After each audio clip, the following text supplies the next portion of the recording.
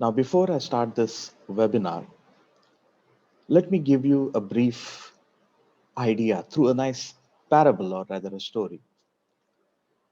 The story appears in multiple Vedic texts. The one and each story has a slight variation. So this story, what I'm going to present you now, appears in a chapter called as the Shanti Parva. And the Shanti Parva of Mahabharata is about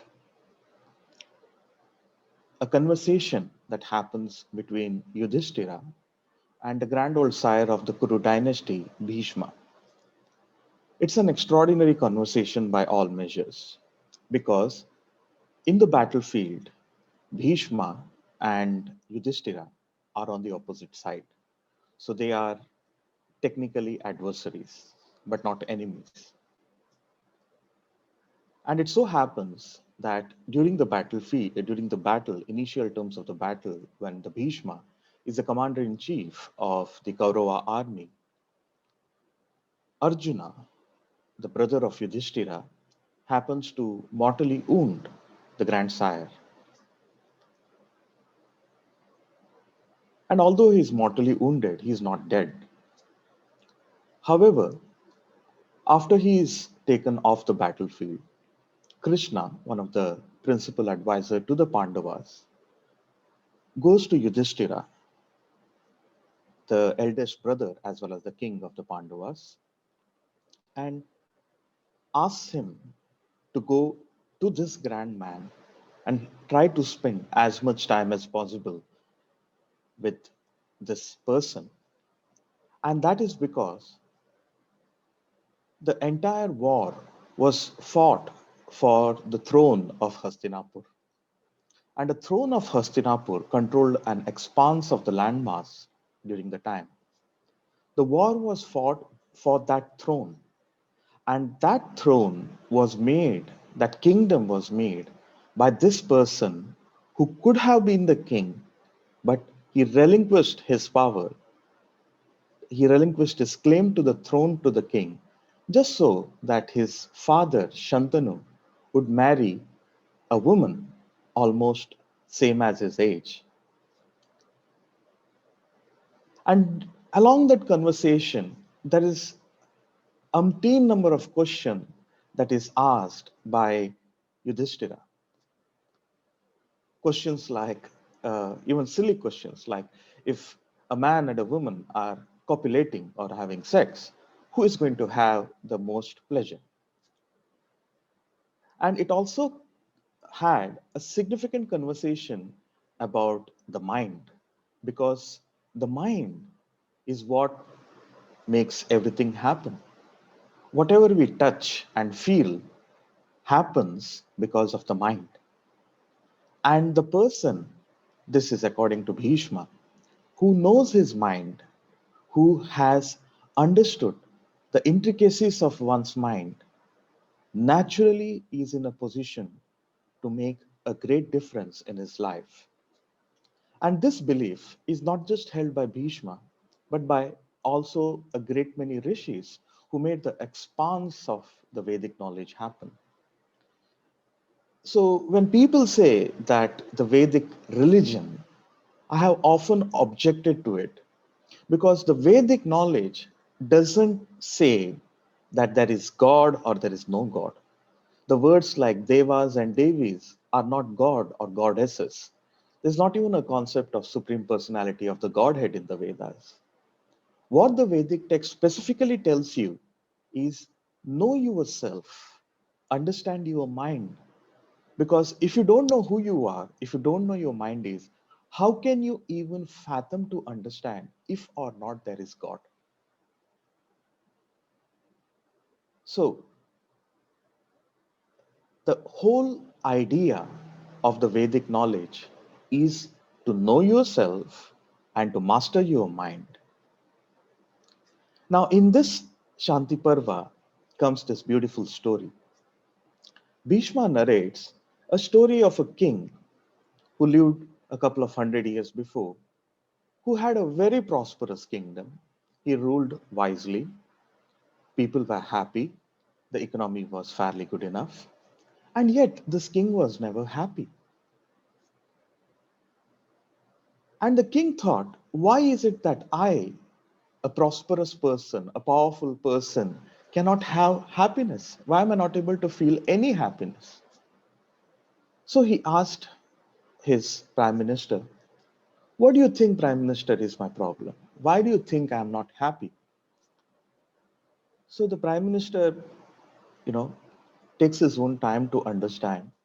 And then he comes to a conclusion that, Your Majesty, probably you could find a person who is actually happy, take his shirt, or what we call as a angi vastra in Vedic Sanskrit, and maybe you'll find happiness. Because I remember reading it somewhere or someone telling me that if a person can have the dress which has been worn by a happy person, then happiness can be attained.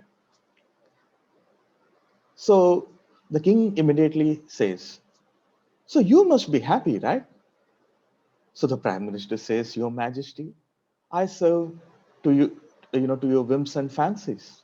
I don't know when I'm going to lose my job. I live in the fear that I may offend you. How can a person living in fear ever be happy? So the king is surprised. So who do you think would be happy? So the prime minister said, probably we can go to that rich uh, person in the kingdom, the billionaire in the kingdom. So the billionaire is summoned, and the king asked, you must be a happy person, right? And the billionaire says, Your Majesty, I am always I live under a great many uncertainties. I don't know when my profits will be up, when my losses will incur, when my competition is going to overrun me. Every day I live is a day in anxiety. And not to forget, I am also at the serve the whims and fancies of Your Majesty. So if you so decide tomorrow to increase the taxes or even take over my entire wealth, I will lose everything. I live under the realms of fear, Your Majesty. How can a person living under fear be happy? So the king, after that, calls a whole host of people he knows, and almost everyone says that nobody is happy. But the king is hell bent to find out that one person who is happy, just one person. So he makes a proclamation. He tells everyone in his kingdom that anyone who is happy must come forward to the king and present his angivastra or the shirt. Even after weeks of months of proclamation, not a single person comes forward. Now, when that becomes the situation, he calls his head of secret services or the clandestine agency and asks them to go and find out every possible corner of the world and find that one person who is happy. Now, the assignment is pretty tricky. So the secret service agents, they they ask the king, Majesty, how are we know if a person is happy? So king devises a pretty simple way. And the king says that, listen, just ask them, so how are you? So if they say they are happy, then you know that they are happy. If not, you know they are not happy. If they are happy, bring them to me. If they are not happy, then you can just move on and find some other person. So so all the secret service agents uh, go get on with their tasks. They go everywhere for weeks and months together until one moment where one of the agents, okay, so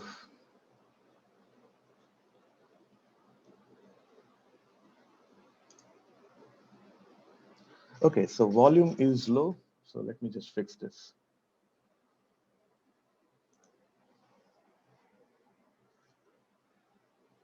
Okay, so volume seems good. Okay, fantastic. Thank you, Sangeet. Thank you, Abhishek. Thank you, Fun. Okay. So eventually it so happens that in the farthest corner of a remote kingdom, they come across a humble sage. And one of the Secret Service agents just asked this uh, sage, "How are you doing?" And the sage, sorry, so how are you? And the sage says, "Oh, I'm happy as usual." The Secret Service agents are filled with thrill. Wow, we have finally found that person who is happy. And so they go to the sage and they say that, "Okay, so where's your shirt?" And the sage says, "I don't have a shirt." Now there is a dilemma. So the service agent says, the Secret Service agent say to the sage that, can you please come with us to the king? The king will reward you." So the sage says, "Why do you want me to see the king? I am just a lame hermit. I have no connection to the world. Why do you want me to come to the king? The king will give you presents. He will give you a lot of, gifts. He will give a lot of wealth." And the sage says, "Oh, really? And what do you think I'm going to do with that?" "You can buy whatever the things you want." "Well, and then what would happen?" "Well, and then you can be happy." And the sage says, "Well, I'm already happy, my child, so I have no need for that." Now, the Secret Service agents are a bit perplexed. They don't know what exactly to do. However, they rush back to the king and they inform the king diligently that, "Your Majesty, we found a person who claims to be happy, but there is a problem. He's got no angi vastra, or he has got no shirt." So the king says, "Why don't you bring him to me?" "Well, Your Majesty, we did ask him to come along with us, but he said he has no interest." The king is very curious. So the king decides to go to this sage, and then they have a conversation. Now that conversation is very deep, it expands. And during that conversation, what that sage teaches to the king, apparently, according to the Bhishma, makes the king find not happiness but bliss. And excerpts of this conversation is what I am going to present you in today's webinar. They are not mine. They have been time tested. They have been there for over thousands of years. And these conversations, these principles, I have found myself to be of great help, and I do use it in my own counseling sessions with a certain key of my clients. So let's begin.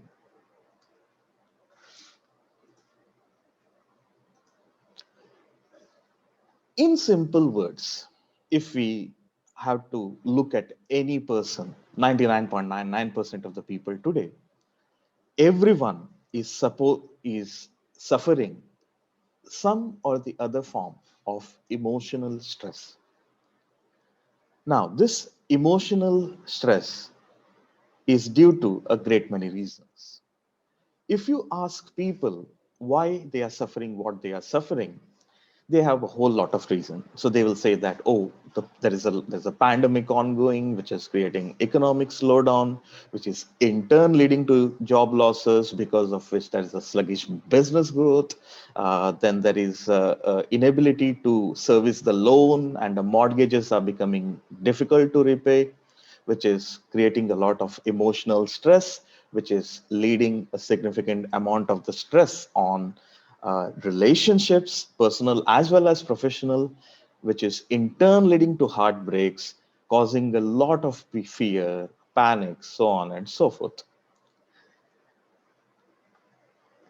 So, what everybody is trying to answer today is there a way to elevate the pain that we suffer? The pain, specifically the emotional pain, the anxiety, the fear, the panic, and also to a great extent, a depression of some sorts. Is there a way to get out of it? Now, if you are to ask me, a person who principally follows the Vedic knowledge, my answer is very simple. So my answer is yes.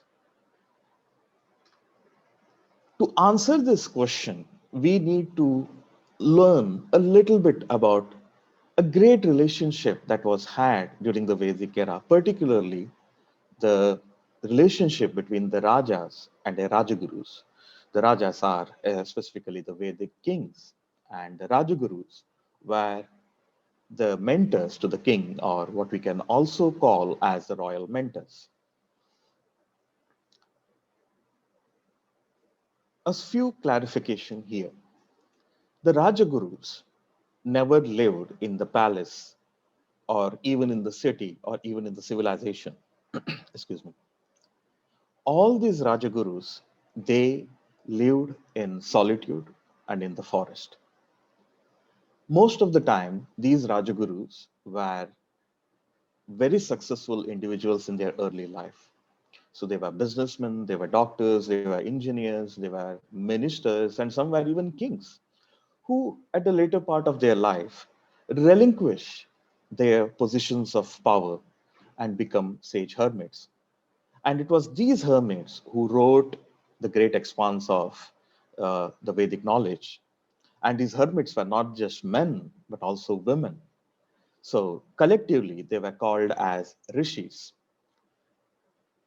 Bhishma in Shanti Parva often used the word rishika to specify that the women sages. And that is because probably Bhishma thought that the contribution of the Vedic women was fast becoming ignorant. So it was important that we identify them separately. So he started using the word as Rishikas. But the Rishis were clearly what we understand as it's a gender neutral word, like a guru. So a guru can be a male, female, or even the third gender. Now, if you read Mahabharata, you would know that the third sex, the third gender, were clearly mentioned there. The Shikandi belong to the third gender, and these rishis, most of the time, they lived in solitude. And if the king had a problem, they would go to these Rajagurus. Now, why is that? Remember, a Raja or a king has the most toughest job in the world. So when you are in positions of power, trust is at a premium. Whom are you going to trust? How can you trust someone? Can you trust a person who has his own personal ambitions?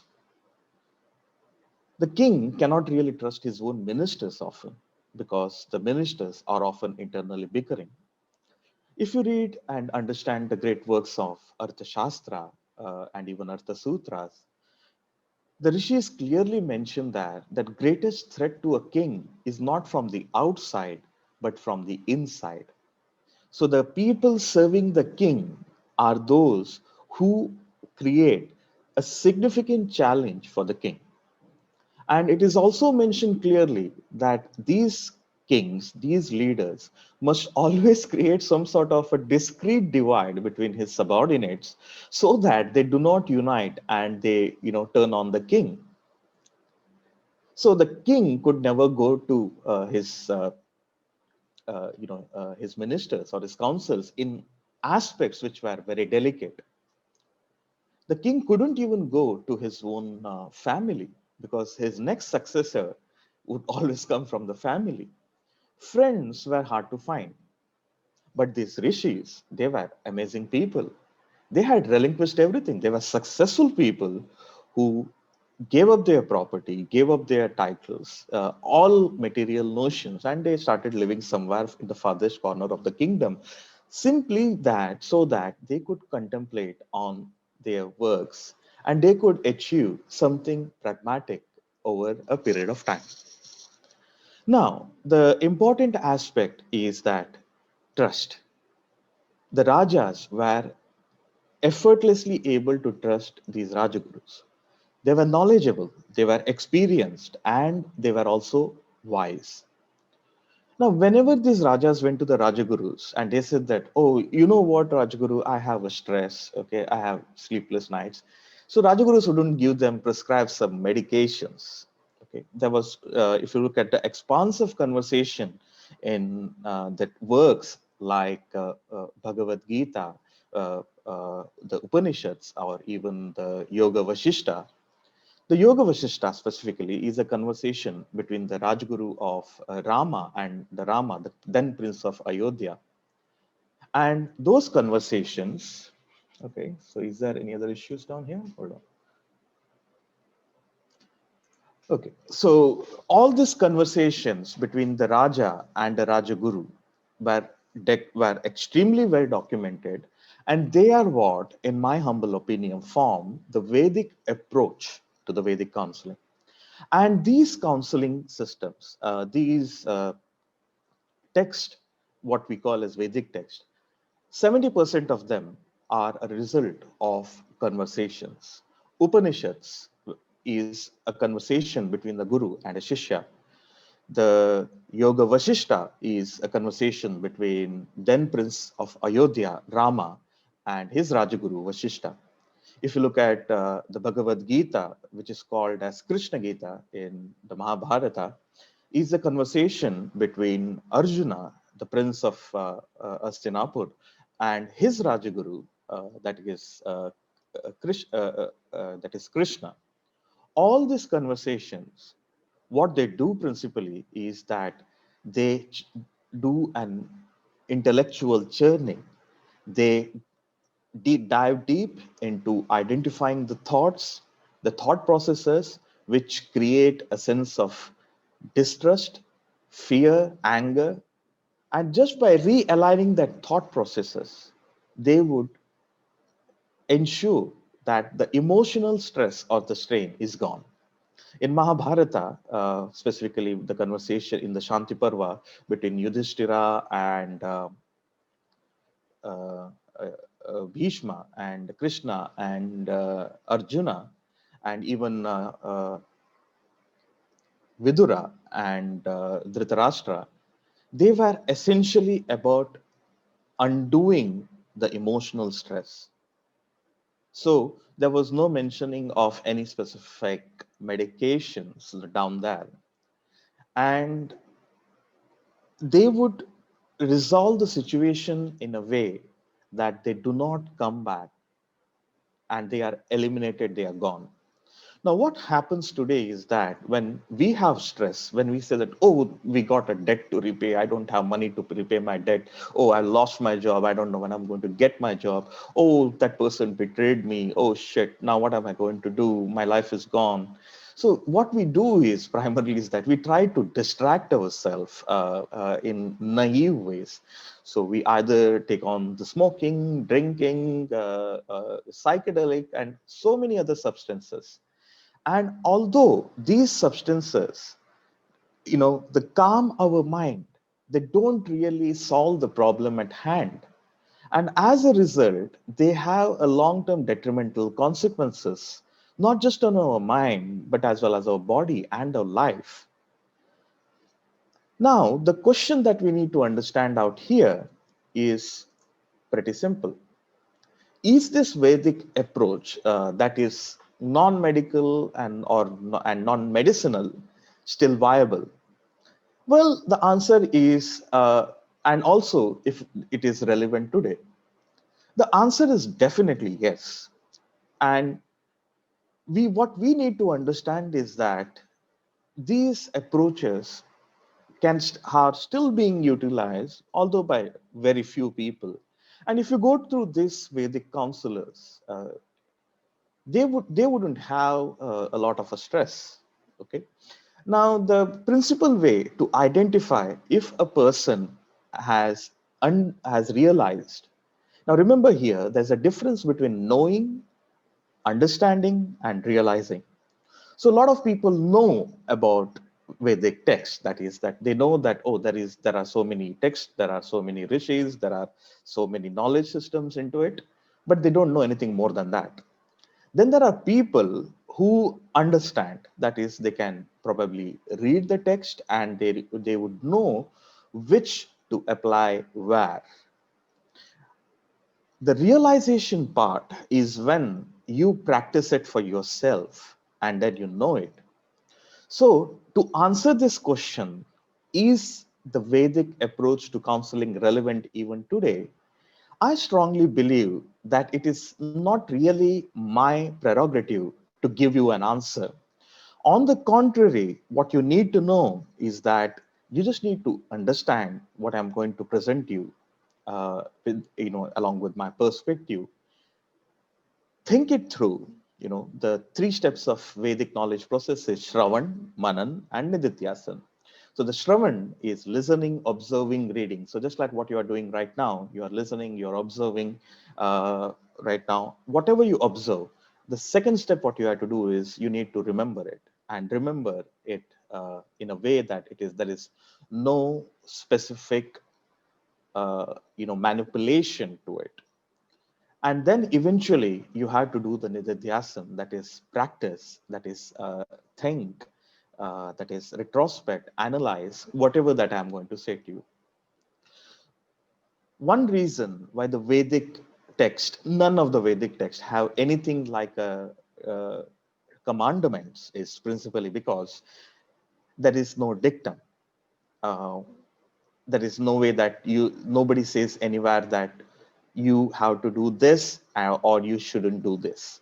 What the Vedic rishis have always done is that they have presented you with the knowledge, and they have left you at your own volition if or not this knowledge makes sense to you, and if you want to if you can practice it, and if you can make benefit out of it.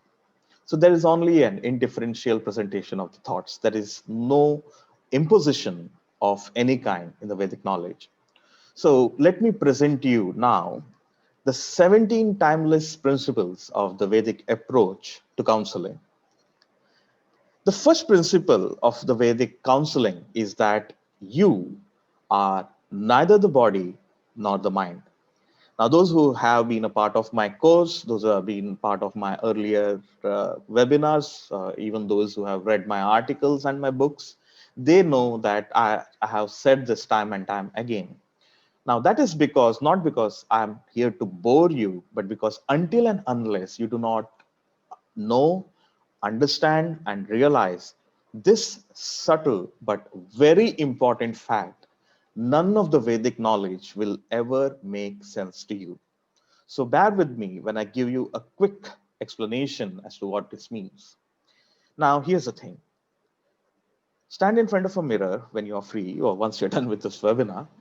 Look at yourself. Now, just look at yourself in the mirror and ask this question. Is this me? Now, if you think that body is you, just try to look at your old photograph when you are 5 years old, 10 years old, 15 years old. Look at those body. Is the body that you call you right now same as the body that are there in the past?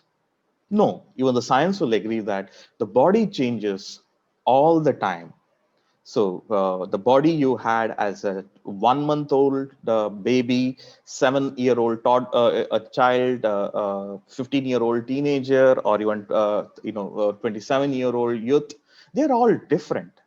So the body is changing. Every cell that was there in your body has died, and new cell has taken its place down there.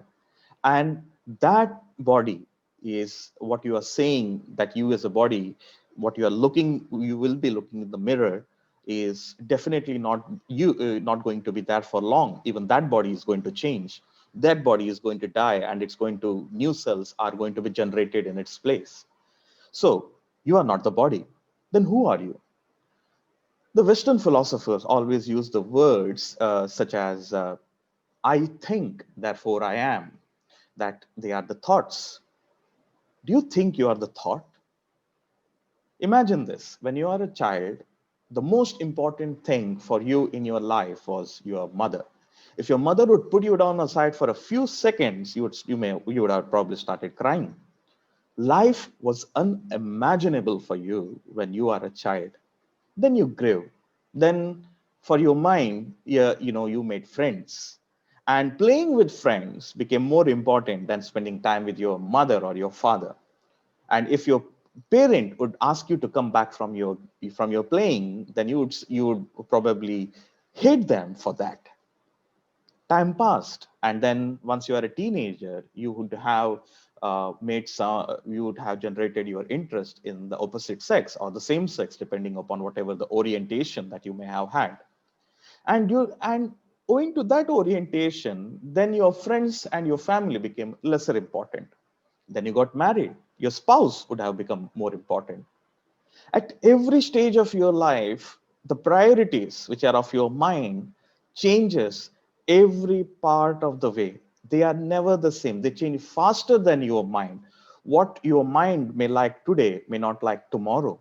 The person who you loved more than your life a few months back may be the person you hate today. And who knows, the person you hate today may be the person you may love tomorrow. So, how can you be the body when your body is consistently changing, but you are not changing? And how can you be the mind if your mind has changed everything, but still you are still constant? There is some constant in the changing body and the changing mind. What is that? Now, that thing is what we call as, in the Vedic context, as Atmana. Now, we need to know a little bit about the etymology of this word.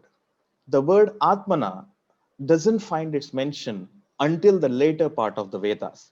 If you look at the initial Vedas, Rig Veda, Yajurveda, and Samaveda, they only have the concept of Sharira, that is body, and Mana, that is mind. They also have some other concepts like Indriya or the central nervous system, but there is no concept of the Atmana.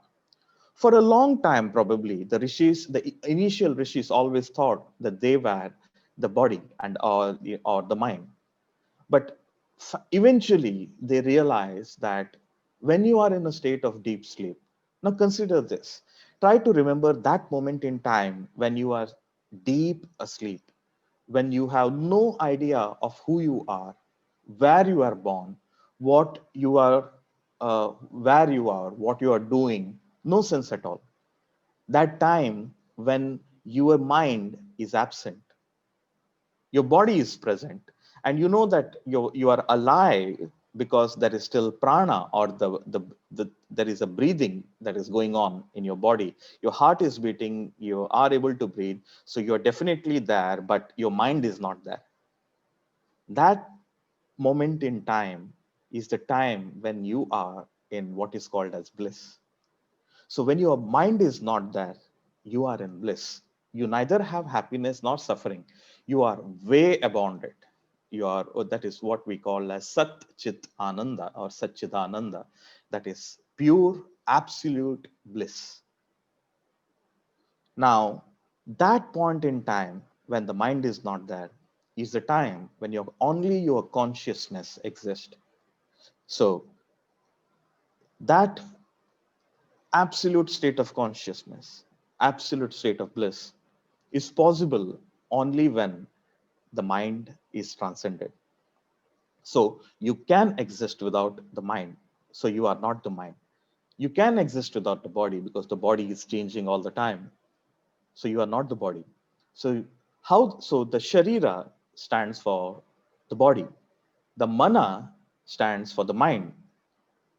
Now that state of mind so what is that which is there when the mind is not there, but the body is there? That is how the word Atmana came into existence. Atmana, or what we now call as Atman, simply means At, that is beyond, Mana, mind. So anything that is beyond mind is what is called as Atmana. And that Atmana is not a soul. Now, the soul is a semantic concept.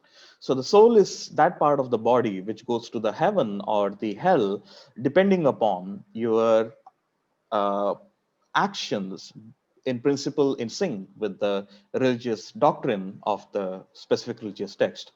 Whereas the Atmana is your own true self. You are that. When there are some important words which like tat tvam asi. So if the rishi says you are that or tat tvam asi, they imply that absolute consciousness, that is Atmana. The second principle is that brain is an integral part of the body. Now, the brain is tangible. So technically, if you could open up your head, you can see the brain and you could definitely touch the brain. So you can experience the brain. So because you can touch it, it is a part of Sharira, and uh, it is not of a mind. The body or the brain is tangible. You can touch it. Mind isn't. You cannot touch the mind. You cannot feel the mind. You cannot smell the mind. But the mind is that, the mana is that because of which you can touch, hear, feel, and almost anything that you experience exists. Now consider this. When you say that, oh, my life is terrible, or oh, my leg hurts, your leg would not hurt if your mind is not there. If somebody is going to give you a morphine or some sort of a tranquilizer to numb the brain, it'll almost eliminate the mind. So the mind cannot feel anything.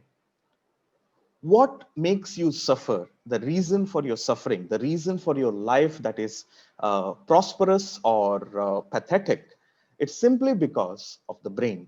Always remember that.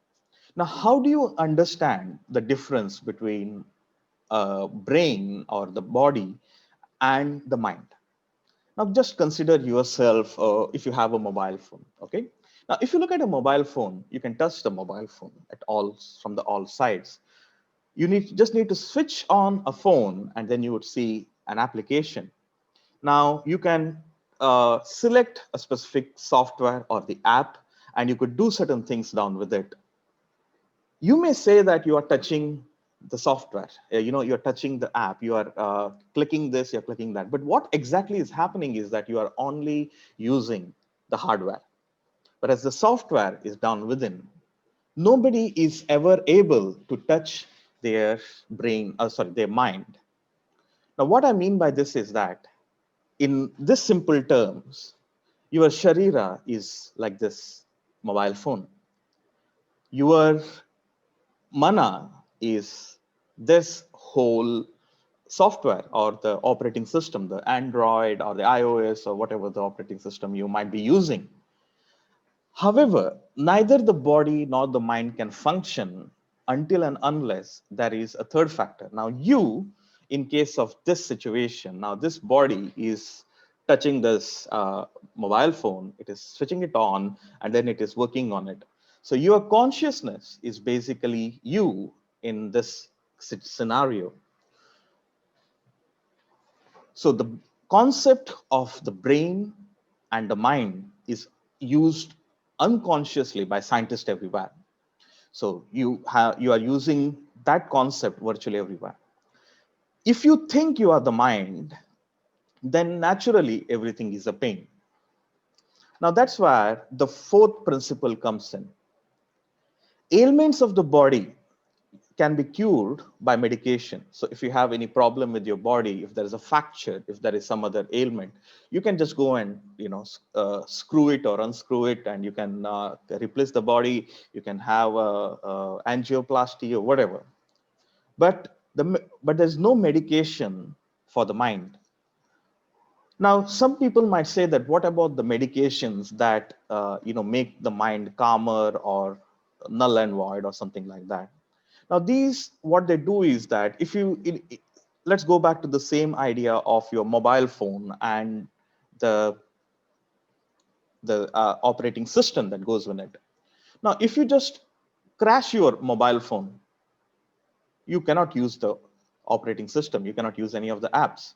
But that doesn't mean that the software is or the operating system is dysfunctional.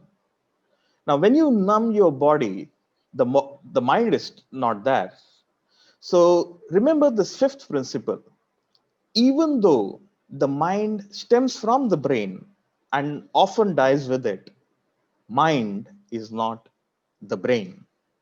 So just like as I said, in the case of mobile, if you break your mobile, probably the software would go, will die, that is, end with it, provided you don't have a backup in that case.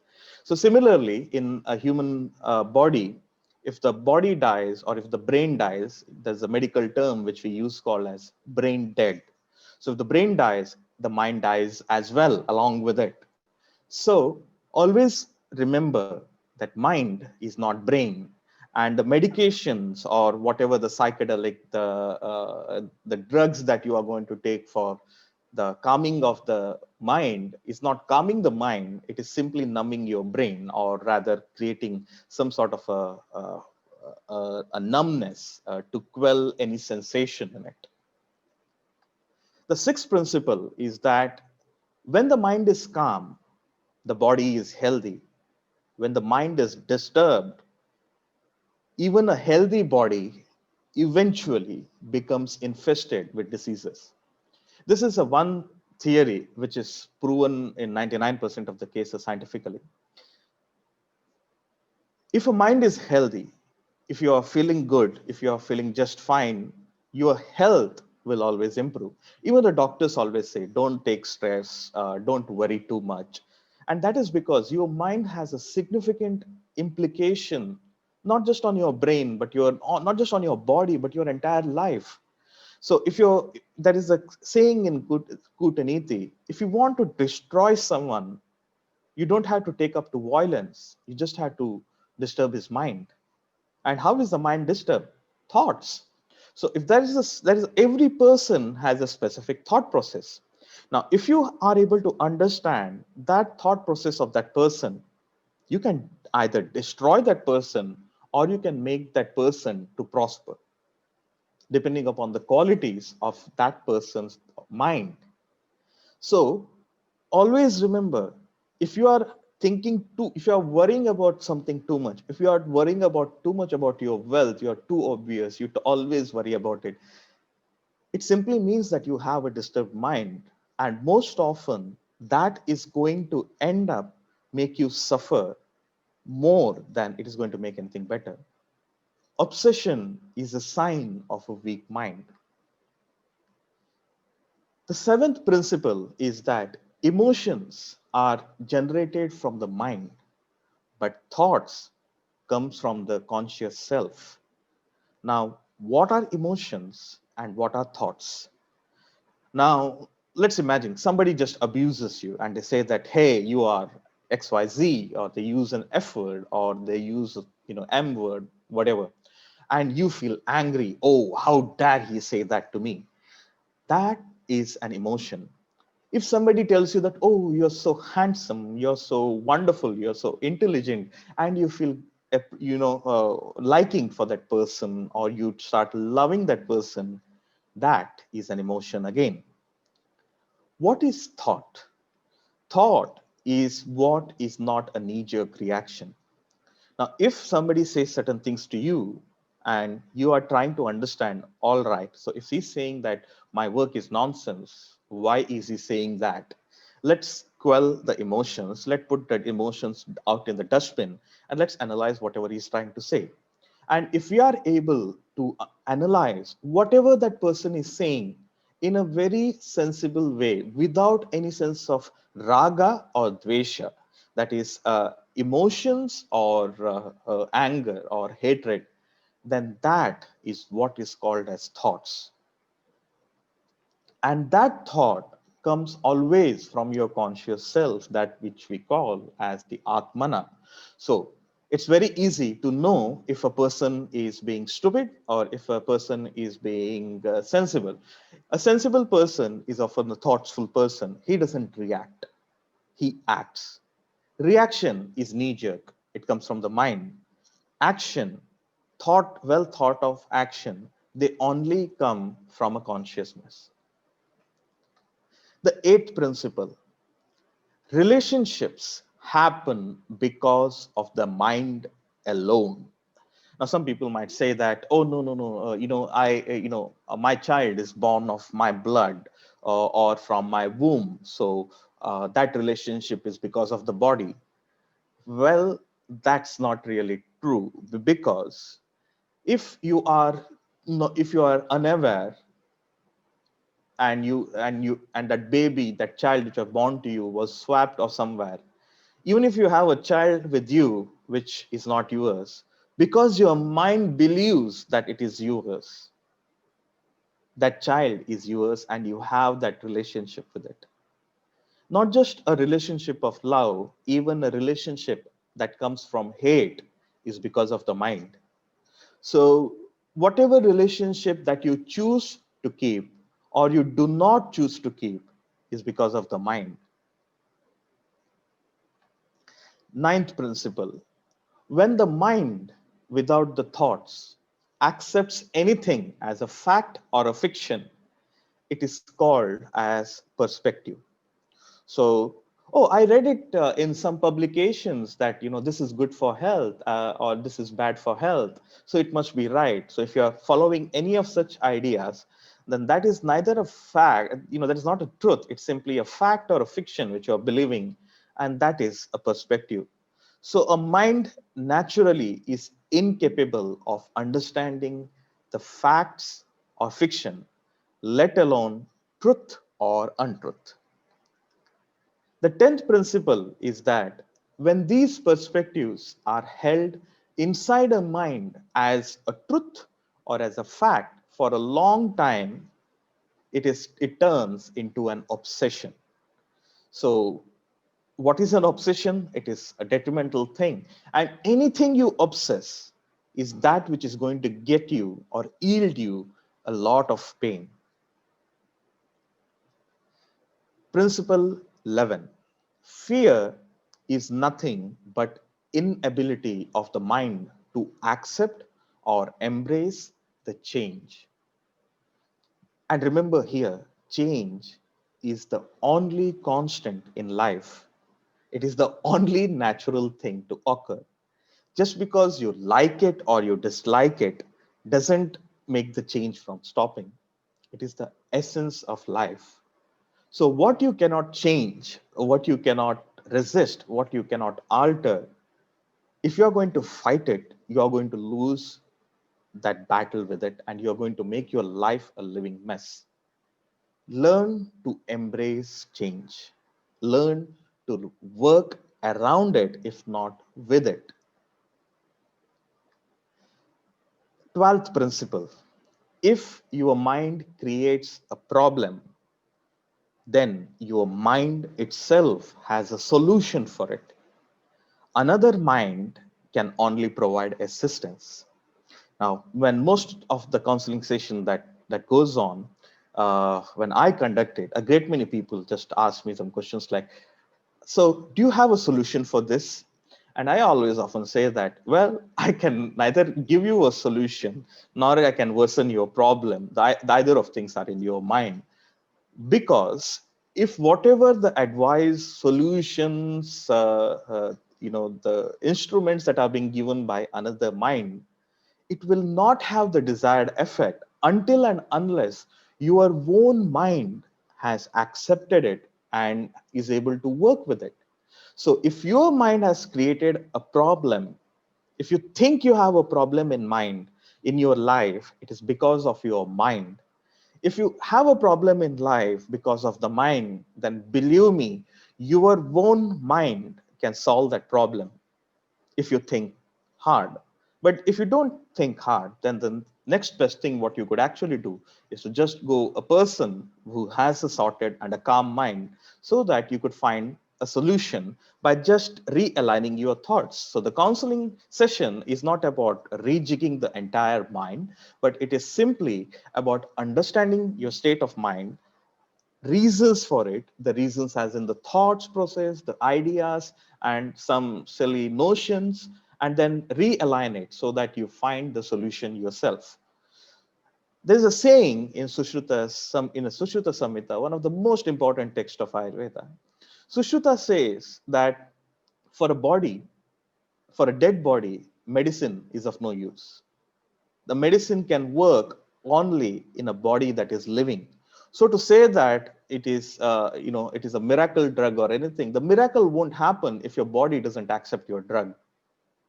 So just like how for a medicine to work, you need a body which is still working. It may have an ailment, but it is still working. Similarly, for a counseling, the basic principles of even self-counseling to work, you need to have a mind. And that mind, which can create problem, can actually even solve that solution. Principle 13, that which makes you happy will make you sad eventually, no matter what in life. So today, if you don't have money, you might say that, oh, I will be very happy when I have money. If you don't have a car, you would say that, oh, when I have a car, I will be very happy. If you don't have a girlfriend or a boyfriend, then you would say that, oh, I will be very happy once I have someone. But believe me, nobody with all that thing is ever happy, because the mind is incapable of happiness. Mind, the only thing a mind knows is expectation. So if you have an expectation, it is not you who have an expectation, it is your mind that has that expectation. Remember that always. 14th principle, mind is naturally incapable of contentment, because of which it can never be happy. At best, the mind can only experience pleasure. So, if you think that you don't have something, when you get something, you will find happiness. That happiness which you find is what we can better understand momentary pleasure. For example, 99% of the people in the world out there, their pleasure lies within the three things: companionship, some sort of a relationship, money, and influence. Any expectations they might have is on these three cadres. Now consider this. One of the most natural desire urges of the mind is a carnal or a physical relationship. Now, a physical relationship will definitely yield you so-called happiness, but that happiness is pleasure. And you will have that pleasure for only a small fraction of a time. And once you have that pleasure, you want it again. Of course, you may be exhausted after that pleasure, but still, once you go back to it, it is never quenched. That is why the rishis called Krodho Vaivasvato Raja, Trishna Vaitarini Nadi.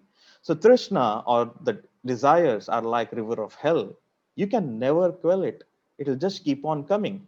Even when the body is old, we see so many old people who may have had the physical relationship, the sex with many times with many people, but still not satisfied, because they think they are the mind, and the mind basically rules them, and because of which these people can never be happy, irrespective of the wealth, irrespective of the influence of the power that they may have achieved. The 15th principle is that for an unbalanced mind, others' happiness too becomes a problem. Now, what I mean by this is that, or rather, what the rishis meant by this is that, if you even today, if you observe, most of the problem what other people have is not that they have a problem in their life. It is that someone else is more happy than them. So what is all the social media post about of too many photos are going out? It's to just tell people how happy I am, because they have not found their happiness by just presenting their own, by looking at others' happiness. So it's a competition. So what is this competition about? To show who is more happier than who. Remember, if you are happy, you don't need to show your happiness. You can just be. You can simply use the social media, post whatever the post you have, and somebody likes it, you're fine. Somebody doesn't like it, you're not fine. Now, what happens is that, well, when a mind is unbalanced, when a mind thinks that it is the self and it decides everything for you and your life, it simply is creates a sense of jealousy. Now the jealousy is the most vain thing. If someone has something which I don't have, why should I be jealous? If I need what that person has, then I simply have to work for it. If I do not want it, then I just can be objective about it. The reason why we live in a polarized world today is because nobody is happy, because everybody thinks that they are the mind. And when somebody is assuming a position of power, someone else thinks that, oh, this guy is going to come to power and he would dominate us, he would change things from us. And as a result, they just create a bickering. And the funny thing is that when when you, if you are happy with A, and if B is also unhappy with A's success, then you are going to, your mind is going to side with the mind of the B, and you're going to create a collective, the mind, which is what we call as the mob mind, and you are going to just go on a rampage, online or offline. So all the rampage that goes on, all the trash, the riots, the killing, the wars that goes on are principally because all this mind which are disturbed comes together, and they, that is how this mind wreaks havoc on the society, and even the civilizations comes down because of it. The 16th principle is that the only way to achieve a calm mind is through realizing your own true conscious self. That is because if you know who you are, the moment you are sad, your consciousness can take charge of your mind, and it can ask intelligent questions. Okay, why are you, why is the mind not happy? Oh, it is not having something. Well, if it doesn't have something, then just work towards it. Oh, is it because you have something? Well, if you have something, then let it be done with it, or work a way to be done with the problem.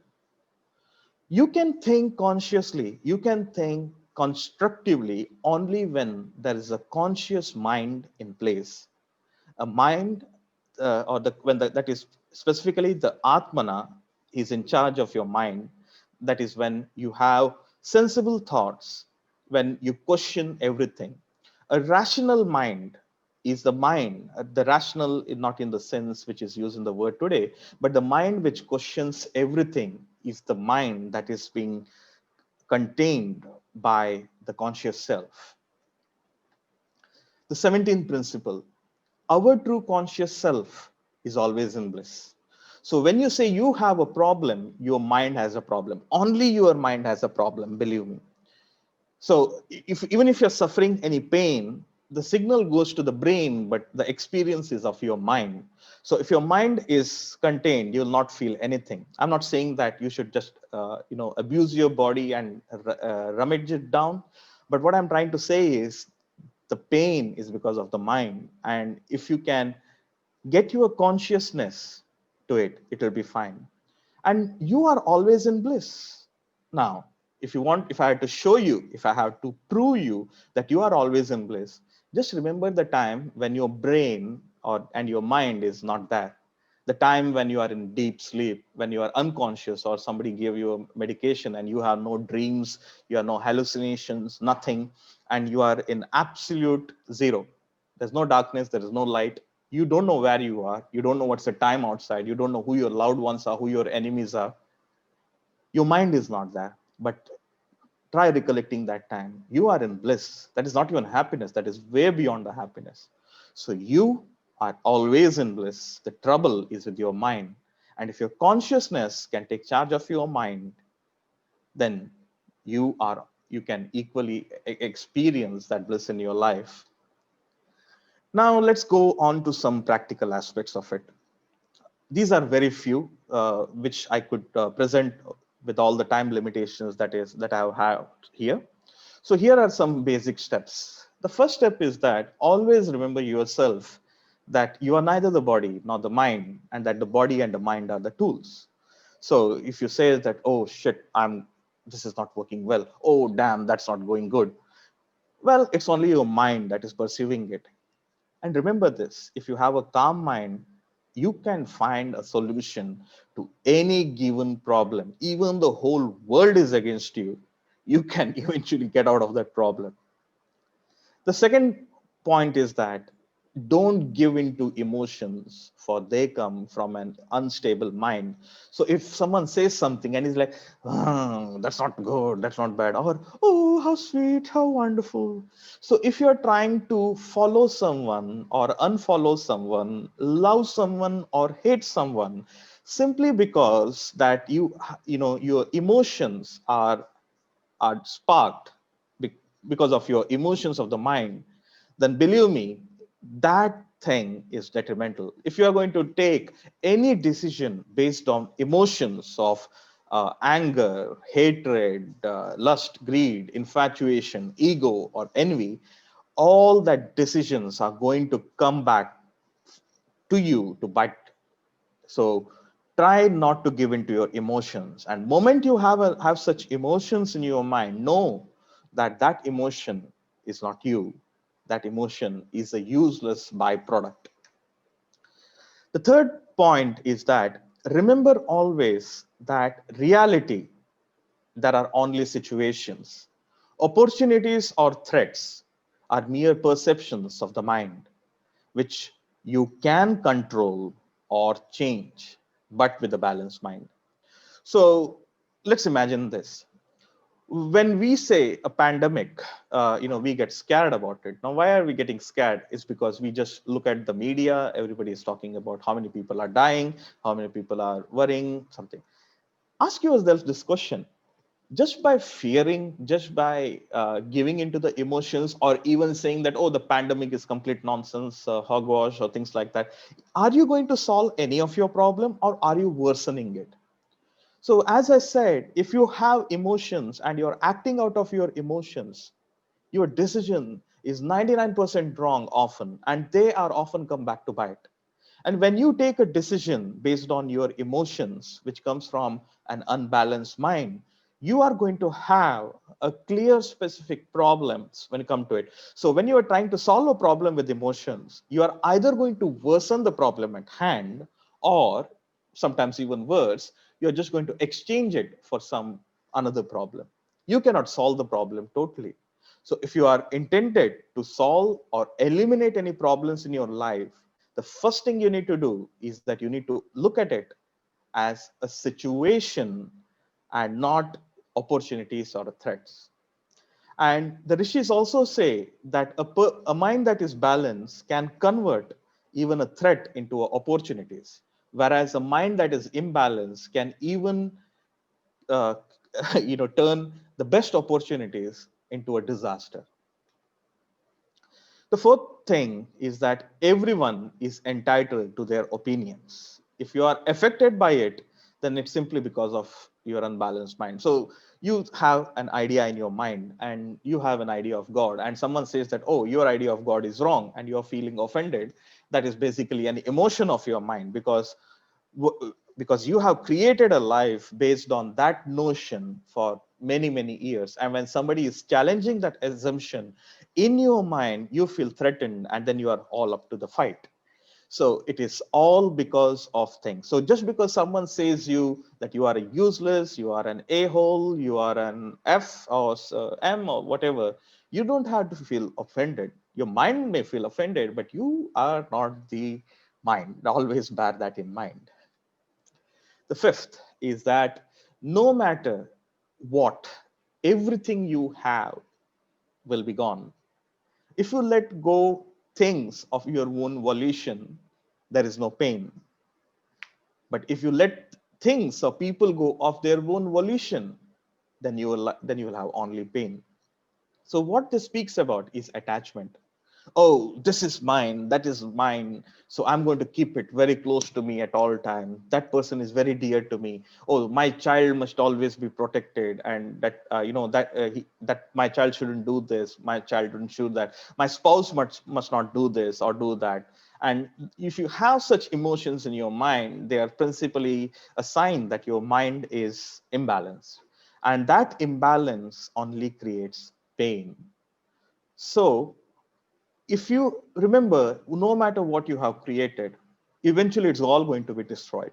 Accept this fact. And when you work because of the bliss that you can achieve when you create something, when you write something, when you work on something, when you help someone. That is what Krishna precisely meant. Karmanye vadikaraste ma phaleshu kadachana. The phala is attachment, it's not end result. So Krishna simply said that when you work for the joy of it, find your happiness in the moment, not because of the product that you're going to be in the past, or whatever that happens in the future. So always remember, if you are detached, if you are not worried about what is going to happen tomorrow, and you live in the moment, you will be able to do much better, uh, financially, emotionally, personally, as well as professionally. Sixth and the last idea that I would impress all upon you is that the objects like alcohol, weed, psychedelic substances merely suppresses your pain, so and they do not solve your problems. Well, I have often seen a great many of my own peers, who eventually after losing their job at 40, 45, they think that, oh, my life is over, there's nothing much to do, I don't know what to do. So eventually they take on to such addictive substances, and then they think that, oh, it gives me happiness or pleasure. Well, that is neither the happiness or pleasure. Basically, it just quells your mind and you think you are happy. But what they do is they destroy your mind further, because you have to come back to consciousness to do something. So once you are run out of a psychedelic or weed or something, you need to go somewhere and you need to get the money to buy this object, if to buy these objects. And for that, when you don't have money, you try to do some nefarious things out down there, which are often counterproductive. So they don't solve your problem. So as I said, when your mind is seeking such abusive substances, it is simply worsening your situation, and it is not giving you any worthwhile solutions. So instead of solving your problem, you are simply worsening it. And you may even get more problems because of this. So as a matter of fact, you are worsening your problems. So try to stay away from them. Now, do note that what I have presented here is a very tip of the iceberg. Okay, it's a very basic approach to what I call as the Vedic approach to counseling. And we have been trying to work, I have been working on this one course, which is called as the Vedic mind management. Now, what is Vedic mind management? It can also be understood as the Vedic self counseling. Now, as I said, if you have a problem, only you can find a solution to that problem. Anyone else can only give you a way out. And what the Vedic mind management does is that it gives you a practical, applicable, in the sense that you can use this knowledge in a practical terms to find your own solutions. So if you are interested to know more, you can definitely go on to vedicmanagement.com and you can sign up for this course. And we are offering a brief discount for this. And the course starts the next month onwards. So now let's get on with the question and answer sessions. So anyone has any questions to ask, you can either use the chat box or you can just ask me that question all right here. You can just raise your hand and you can ask that question by voice. Okay, so okay, Goda Verma, kings is equal to current CEOs. Well, kings is basically the Raja. And very interestingly, what you must also understand is that the word Raja is also used when your consciousness is in charge of your intellect or your mind. So it can be anyone. So Raja can be anyone who has control over the realm of his mind. So, Pranav Dheer, were these Rajagurus not summoned to the palace, or was it always otherwise? So, why? Well, I don't know what's the real answer to that question, because that detail is not found in any of the Vedic texts. But what I can tell you is that the Rajagurus never went to the king for asking for favors. There is no Vedic story which claims that, oh, the Rajaguru go and said that, hey, I have helped you so much. Now you give me money. Now you give me that. No, there's no such stories as that. And remember, even if the Rajagurus did that, the king would stop believing in them. They would not go to such people who have a whole lot of an expectation to themselves. Okay, why is it getting stuck here? Okay, so Simran Chauhan. Will the slides share to us? Yes, Simran, I will share the slides as well as I'll give you the recording. And I will also be writing a small article on this just in case you want. And I'll always be open to you for answering any of the questions you may have. Okay, Abhishek Chadda. Sir, could you repeat the number 8? It was stuck. Okay, as I said, I'll be sharing the recording on the Vedic Management Center. So by tomorrow, you should be able to access it. So feel free to access it from that time. And if you have any questions, there will be a comment section down there, which you can use to ask any question that you may have. Okay, so only chat. Nobody wants to raise any hands and ask a question. Okay, a lot of questions here. Bear with me. For some reason, the Zoom is pretty slow today. Okay. Okay, Godavarma, CK. Can you simplify what is the mind? As I said, the most simplest thing that I can tell you about the mind is look at your phone. That software, you cannot touch it. But that software makes this hardware worthwhile. This software, this operating system, Android, iPhone, whatever that you may use, is what is better understood as the mind. Without the mind, your body has no worth. Without mind, there is no sense of worth anywhere. So this is the simplest way I could explain you the mind. Okay, Rupesh Ranjan, I wrote a question in Civic. Can you repeat it, Rupesh? There are some 200 plus extra questions, and for some reason, the Zoom is getting stuck. I'm not able to look at questions above. Okay, Vinay Ravichandran, thank you, sir. For how does the concept of Swadharma apply in modern life? Should we seek to shape our career profession based on identifying our Swadharma? Would like to hear your life experience? Well, to give you a simple answer of Swadharma, it is okay. So you want to become an artist, and your parents want to become you a doctor or an engineer, and that's in Indian context. So if you are becoming a doctor or an engineer, if you're pursuing a doctor or an engineer just to appease your family, then that is not Swadharma. Swadharma is also your conscious decision. It is what you like. It is what you want to contribute to the world.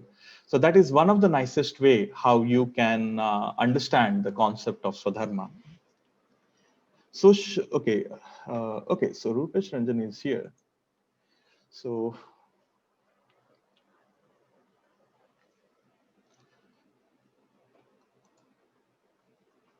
okay. Just a second, Rupesh. I'm giving you the access to talk. Namaste, Rupesh. Hello. Can you hear me? Namaste, sir. I can hear you very well. Namaste. So what can I answer you today? Sir, as you discussed in principle number 15, that I didn't know the word till today, that these people can be called with unbalanced mind also, who deliberately push us into Yeah. just to see ourselves suffer. And actually, I have been into experience with such kind of people who are in the same family.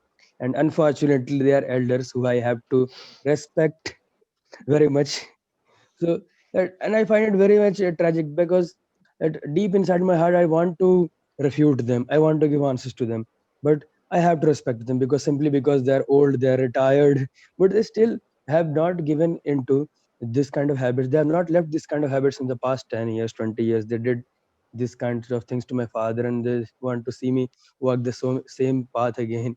So how should I deal with those people when I cannot answer them directly, when I can't refute them? So Okay. I didn't even think them they can be called with unbalanced mind. I just thought that they should be left alone. But now, yeah, I didn't call them. I don't call them unbalanced mind. I quote the Vedic scriptures, the rishis and the rishikas, to call them as an unbalanced mind. Okay, so I am a lame person. I don't think I have the authority to say everything. Now, to answer your question, remember this: the greatest threat to any person are one that are closer to him and one that is inside of him, that is your mind and that is your immediate relatives, your friends, whoever you are close to you. Now you have always two options. Okay, you can either say that, okay, so if these people are creating troubles to me in my life, I would rather just simply go and I'll lead my life in my own way. That is one choice which you have. But most people cannot take that path because they think that, oh, what if I go? Okay, where will I get my job? What will I do? So the fear of not knowing of tomorrow will stop you from taking on that decision. But at any rate, it is your life and you need to see what you can. But here's the thing, if somebody is saying something is getting hurt to you, try to, and if you cannot get away from that people, try to insulate yourself. For example, if a small child, okay, is trying to say something nonsense to you, you won't get offended by it. You would just say that, oh, it's a child, it's ignorant, that's what it says, right? Yes, sir. Yes, So sir. Yes. that is the easiest thing what you can do. But believe me, if you can get rid of such people, it's wonderful, because until and unless a mind is not calm, even the Krishna says in Bhagavad Gita to Arjuna that ekaki rita chittatma nirakshira parigraha. So that is that if you want to be have an ultimate balanced mind, Arjuna, go and start living in solitude, not loneliness, solitude, okay, and Yes. try to balance it.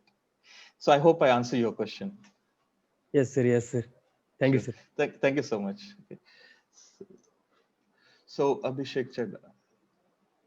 So namaste Abhishek. Namaste, sir. Thank you so much for an awesome talk. Learned a lot. Thank you so much. Sir, my question is kind of related to the previous question.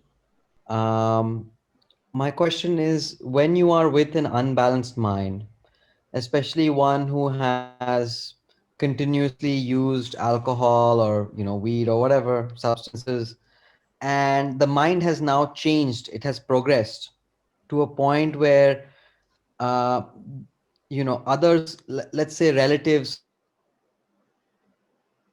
tell whether this person can come back from this. What are the signs that you can see that person is coming back from this? And also in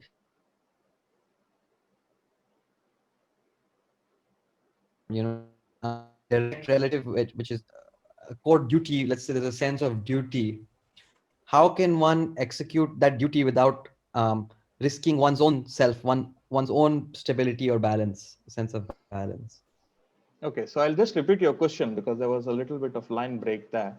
So what you are asking is, if a person has given into addiction and that he has ruined his mind beyond repair, how can a person try and help that person? Correct? Is that your question? That's right, sir. How could you recognize the signs of whether or not this person can be helped? Also, maybe what are the good ways of helping them? Okay. The first thing is that there is a one Vedic quote which is very apt here, and it simply translates to every saint has a past, every sinner has a future. So if you look at the story of Valmiki, okay, he was a dacoit, he was a druggist of his time, he was an alcoholic, and he had a horrible life.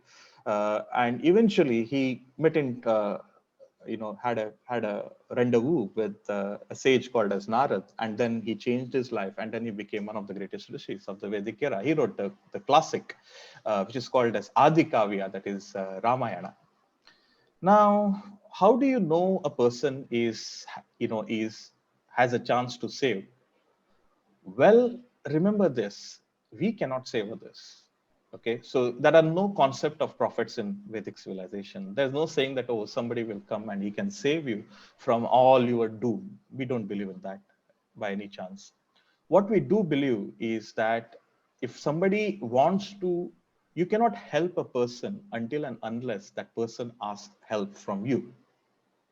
So if you're trying to help someone, that's what parents do all the time. They think that their children are in the wrong path.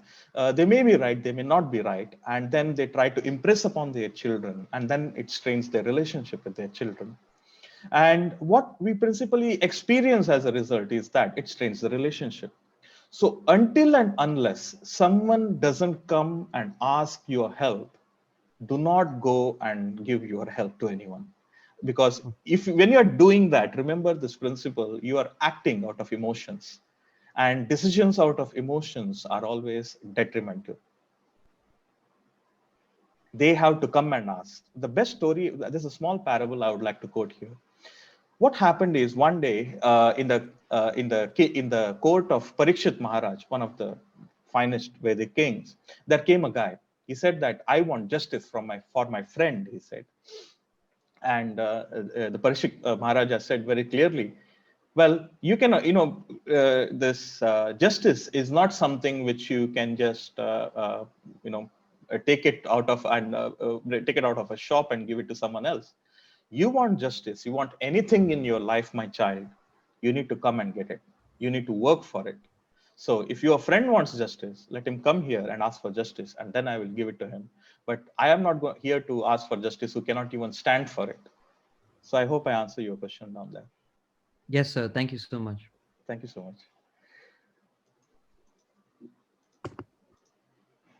Okay, so a lot of questions here. I don't know why anybody doesn't like asking a question. It's much easier than reading it. It's very stressful to read it. Okay, so if software is mind and device's body, then in that example, what is consciousness? Is that tap and touch to phone or instruction? Oh, okay. So it's very simple. This is your body in the context in this case. This software is your mind, and who are real you? It is real you who is working it out.